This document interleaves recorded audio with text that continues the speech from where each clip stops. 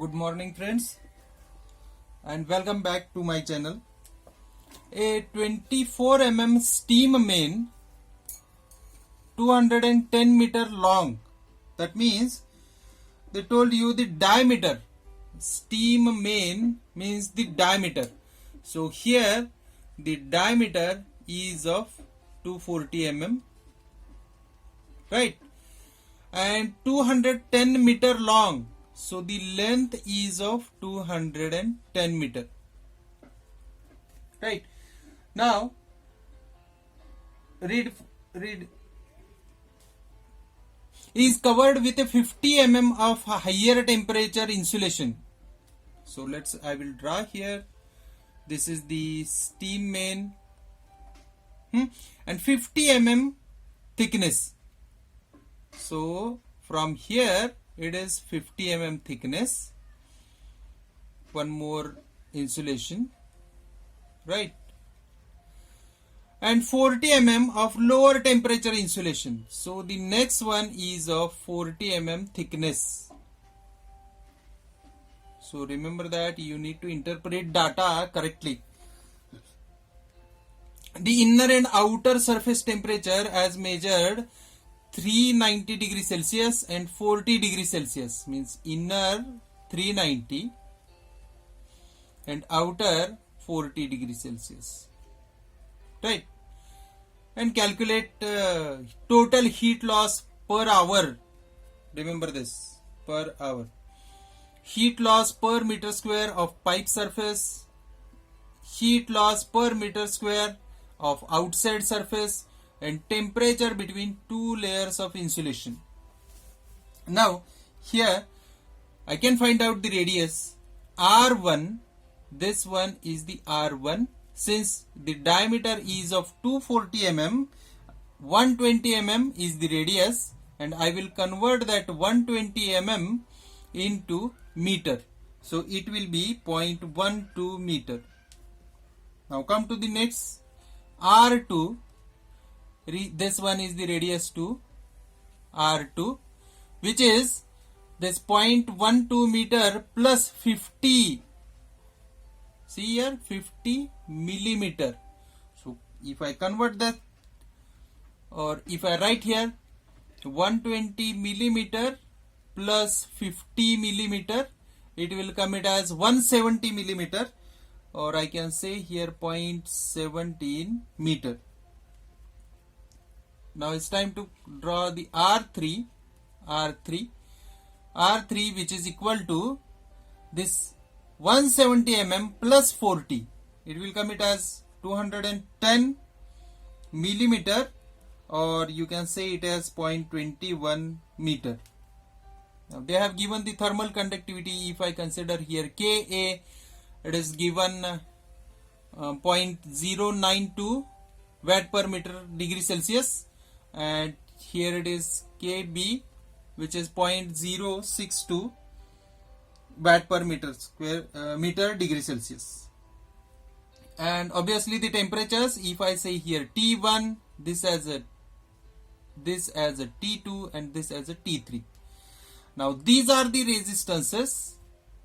So if I draw this, I can draw the two resistances, right? Two resistances, and these are the temperatures. Here it is the T1, T2 and T3. I can write the equations. Log of greater radius divided by smaller radius divided by 2 pi Lk, and ln of greater radius smaller radius divided by 2 pi Lk. These are the resistances, this one and this one, right? Now we can write the equation for this total group from T1 to T3. I can write here 2 pi L into bracket T1 minus T3. Remember this one. And since what I have taken this 2 pi L constant at the upper side. Now the remaining terms, ln of R2 upon R1 divided by Ka plus ln of R3 upon R2 divided by KB. Right. Now you know the value of length, which is 210 meter, T1 390, T3 40, ln of R2 which is 0.17. Likewise, you need to extract these values and put it over here. You will get the value of Q, right? And it is in watt. So you will get here 64194.3 watt. So we have calculated this heat loss. But remember, heat loss per hour they mention. And now we have found it out with the watt. So do you know the expression 1 watt is equal to 1 joule per second? So if I write instead of watt, I can write joule per second. So let's convert this into per hour, right? So it should be 64194.3 into 3600. So you will get answer in joule per hour, right? And since the value is bigger one, let's divide it by 1000 so that my value will be in kilojoule per hour. So your answer will be 231,099.5 kilojoule per hour. Do you get this? Now move towards the next one. Heat loss per meter square and of a pipe surface. So we know the Q. They want the value Q upon A, right? So let's find out. Do you know the value of Q, which is a 64194.3, right? And pipe surfaces. Now we can find out the pipe surface for this one, R1. These are the two surfaces. So for R1, if I find out the area which is equal to 2 pi RL, right? So I will write here R1. For the inner surface, it should be 1459.55.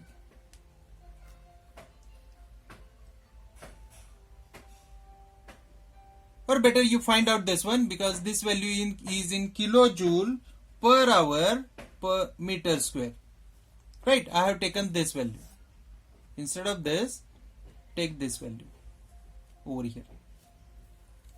So by this means, heat loss per meter square of pipe surface, inner surface, right? Similarly, you can find out for the outer surface, it should be Q upon A, which is equal to, again this value 099.5 divided by area, which is 2 pi R3L, surface area, right? So it will come it as 834.03 kilojoule per hour meter square. Outside surface. Yes, it is. Outside surface. Then temperature between two layers of insulation. That means we need to find out this one. The value of T2. And for this, I can consider only a single resistance. So I can write the equation Q is equal to 2 pi L K into bracket the temperature difference T1 minus T2 divided by ln of the upper radius divided by the lower radius. And here K is the thermal conductivity, this one Ka. You know the value of L, Ka, T1, don't know the value of T2, R2 known, R1 known, and Q. You have to take this Q or this one? Yes, you have to take this Q because it is in watt. Right? So take these values. You will get the answer in degree Celsius for T2 it should be 205.8 degrees Celsius. Remember, don't only listen the video. At the same time, you need to write the equations, solve it, so that you will get the answers. And to check the answers, I have written over the here answers. Let's solve one more example. A steam pipe of outer diameter 120 mm is covered with 2 layers of lagging. Inside layer 45 mm thick, outside layer 30 mm thick. Means if I draw this in this way, 2 layers, right? So the first layer is 45 mm thick and second layer is 30 mm thick, and steam pipe diameter is of 120 mm. So the radius is of 60 mm, right? So you can easily find out R1, R2 and R3. I will write over here R1, R2, R3. R1 is of 60 mm. R2 is of 60 plus 45, 105 mm. And the last one, R3, which is 105 plus 30 is equal to 135 mm. So I can write here the equations: 0.06 meter. Convert this simply into meter. 0.135 meter. Right?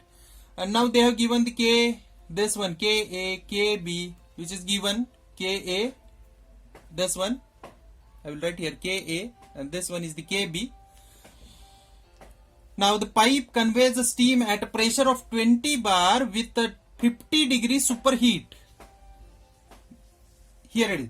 At 20 bar, T saturation temperature is 212.4 degrees Celsius, and with 50 degree superheat. That means the temperature should be 212.4 plus 50. Remember, this is the main important part. So it should be 262.4 degrees Celsius. This is the temperature inside of this. There is a temperature of 262.4 degrees Celsius. Now they have given the outside temperature 25 degrees Celsius. So here it is the 25 degrees Celsius temperature. Sorry, not the air. They have given here. It is mentioned in the example 25 degrees Celsius. If the steam pipe is 30 meter long, so that means they have given the L. Determine heat loss per hour and interface temperature. Let's draw the resistance diagram. First one, second one. These are the two resistances, first and second, and these are the temperatures.